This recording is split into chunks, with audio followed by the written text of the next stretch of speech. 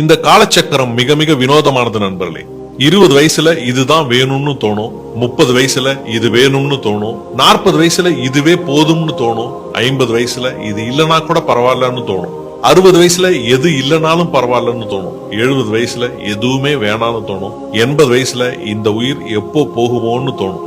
காலமாற்றம், கால சுழற்சி, கால நேரம் மிக மிக வினோதமானது. பிடிவாதம் எல்லாம் முடக்குவாதமா மாறும், ஆணவம் எல்லாம் பணிவா மாறும், அதிகாரம் எல்லாம் கூனி குறுகி மாறி போயிருக்கும், மிரட்டல் எல்லாம் கப்சுப்னு அடங்கி போயிருக்கும்.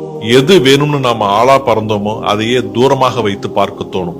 எதற்காக ஓடினோம், எதற்காக ஆசைப்பட்டோம், எதற்காக எதை செய்தோம் என்ற காரணங்கள் எல்லாமே காலப்போக்கில் மறந்து போகும், மறத்து போகும். தீரா பகையை தந்து வன்மத்தோடு வாழ்ந்து ஆட விடுவதும் காலம்தான். அதன் பின் ஆட்டத்தை அடக்கி மறதியை கொடுத்து ஓரமாய் நம்மை உட்கார வைப்பதும் அதே காலம்தான். வெளியே மாளிகையாய் தோற்றமளிக்கும் எதுவும் உள்ளிருக்கும் விரிசல்களை எடுத்துரைக்காது. வாழ்க்கையில் பக்குவம் கிடைப்பது அவ்வளவு எளிதல்ல நண்பர்களே. அதற்கு பல அவமானங்களை கடந்திருக்க வேண்டும். அந்த அவமானங்களே உங்கள் வாழ்க்கையில் உங்களை மேம்படுத்தும். புரிந்து கொள்ளுங்கள், வாழ்க்கை உங்களுடையது. வாழ்த்துக்கள்.